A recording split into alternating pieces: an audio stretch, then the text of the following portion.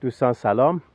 امروز اومدیم باغمون یه سری به نهالهای گوجه بزنیم، یه سر به درخت سیب و درخت گلابی بزنیم ببینیم چه خبره. اگر میخواید بدونید که مردم روستا چطور کشاورزی میکنن، چطور گذران وقت میکنن و اوقات فراغتشون رو چطور میگذرونن، با کانال مزرعه پدری همراه باشید.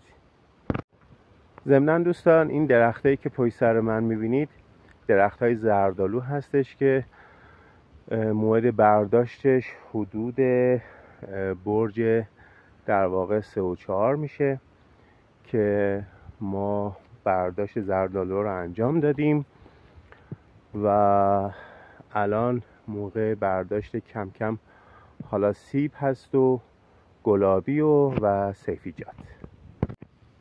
بچه‌ها، این نهال هایی که میبینید نهال های گوجه هستش که بعضی از نهال ها کم کم گوجه هاش رشد کرده، داره میرسه و حدود 2 هفته 3 هفته دیگه زمان میبره که این گوجه ها و این نهال ها به ثمر برسه. نهال گوجه یک عطر خیلی خیلی جذاب و دوست داشتنی داره که اگر من تو صنعت عطرسازی فعالیت داشتم حتما از نهال گوجه و بوی گوجه یه عطری رو در واقع درست میکردم. خیلی خوشبوه، اصلا بوی تازگی میده، بوی زندگی میده.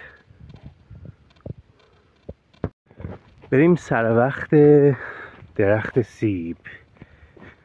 امسال این درخت سیب خیلی پربار بوده و سیب هاش یه ذره ریز هست ولی پرباره و این درخت هم حدود 10 روز 12 روز دیگه ایشالله محصولاتش دیگه قابل استفاده هست. میبینید که چقدر بار داده. حداقل همین یه درخت 200 کیلو بار میده.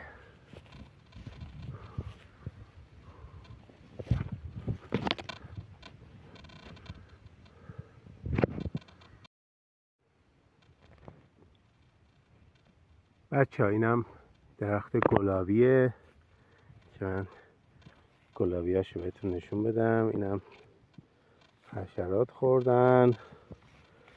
گلابی های خیلی خوشمزه میده که ترد و آب داره. وقتی محصولات برسه حتما بهتون نشون میدم. ای کاش میشد.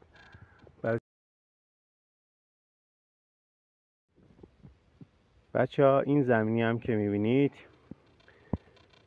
توش سیفیجات کاشته شده.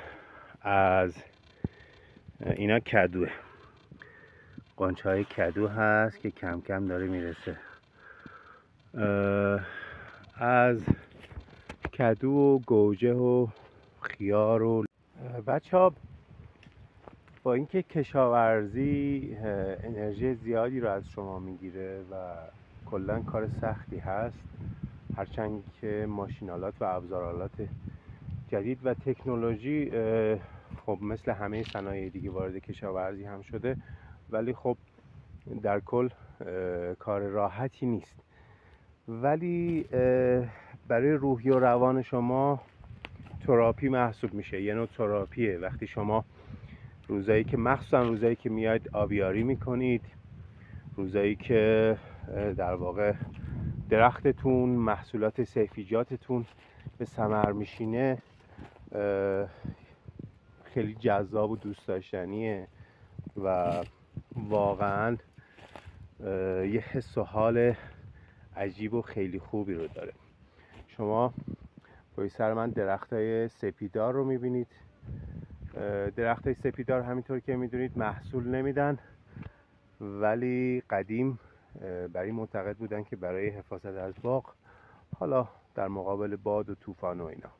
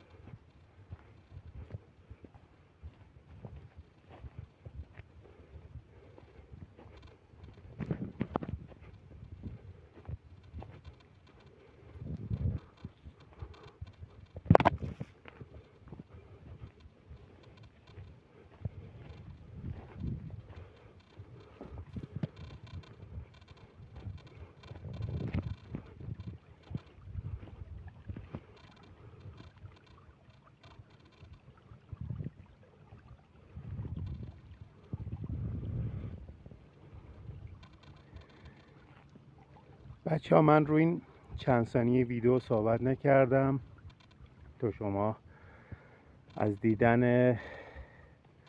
این دار و درخت ها لذت ببرید.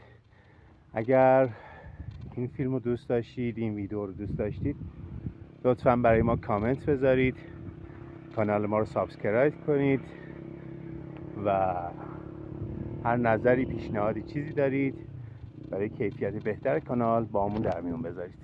دمتون گرم.